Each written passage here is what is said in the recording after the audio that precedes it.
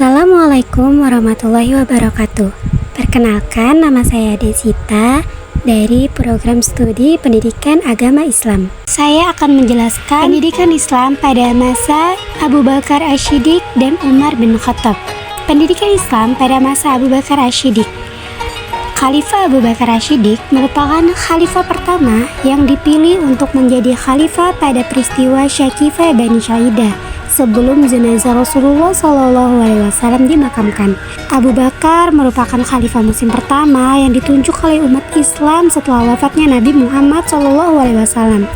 Dia berasal dari keluarga bangsawan Mekah yang kaya raya, dan beliau adalah orang kedua yang masuk Islam setelah Khadijah. Dia adalah sahabat terdekat Nabi Muhammad yang setia, dan seluruh hidupnya didedikasikan untuk pertempuran suci mempertahankan dakwah Islam. Ia dikenal sebagai Ash-Shiddiq, yang artinya yang berkata benar. Metode pendidikan pada masa Khalifah Abu Bakar pada umumnya masih sama dengan metode di zaman Nabi Muhammad SAW. Dari segi isi, lembaga pendidikan, dan pelatihan. Materi pendidikan Islam yang diajarkan pada masa Khalifah Abu Bakar Ash-Shiddiq yaitu membaca dan menulis, membaca dan menghafal Al-Quran, dan mempelajari pokok-pokok ajaran Islam seperti cara wudhu, sholat, dan sebagainya. Pokok-pokok ajaran Islam yang diajarkan pada masa Abu Bakar dapat dibagi dalam beberapa kategori materi pendidikan, yaitu materi pendidikan tauhid, materi pendidikan akhlak, materi pendidikan ibadah,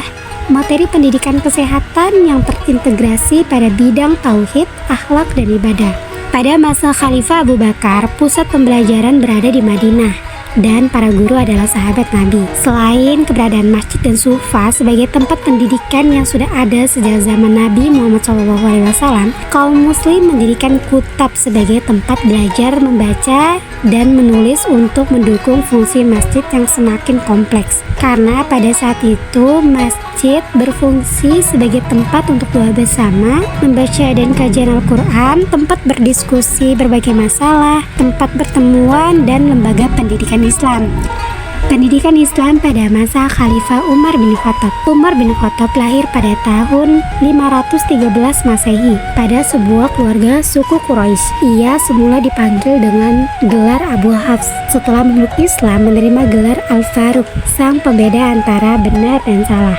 Umar merupakan satu di antara tokoh-tokoh besar dalam sejarah Islam. Ia terkenal dengan tekad dan kehendaknya yang sangat kuat, cekatan, dan karakternya yang berterus terang. Sebelum menjadi khalifah, dikenal sebagai pribadi yang keras dan tidak mengenal kompromi dan bahkan kejam. Di bawah pemerintahannya, imperium Islam meluas dengan kecepatan yang luar biasa. Dapat dikatakan bahwa orang yang terbesar pengaruhnya setelah Nabi dalam membentuk pemerintahan Islam dan menegaskan coraknya adalah Umar bin Khattab. Pada masa pemerintahan Umar, kondisi negara sudah agak stabil.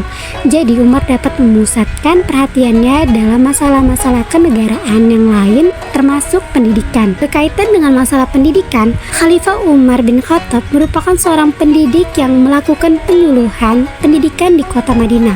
Beliau juga menerapkan pendidikan di masjid-masjid dan pasar-pasar, serta mengangkat guru-guru untuk tiap-tiap daerah yang ditaklukkan. Mereka bertugas mengajarkan isi Al-Quran, fikih, dan ajaran Islam lainnya kepada penduduk yang baru masuk Islam. Pada masanya, Umar sangat memperhatikan masalah pendidikan dan menambah materi pembelajaran. Pada masa Umar, kaum muslimin sudah mulai mempelajari bahasa-bahasa asing seperti bahasa Persia, Romawi, dan bahasa lainnya yang dianggap perlu waktu itu. Karena pengajaran bahasa asing pada waktu itu menjadi hal yang sangat dipentingkan mengingat daerah kekuasaan Islam yang sudah berada di luar Jazirah Arab. Jadi dapat disimpulkan bahwa suhu politik negara pada waktu itu cukup stabil. Kondisi ini memberikan dampak positif bagi perkembangan pendidikan Islam pada masa ini.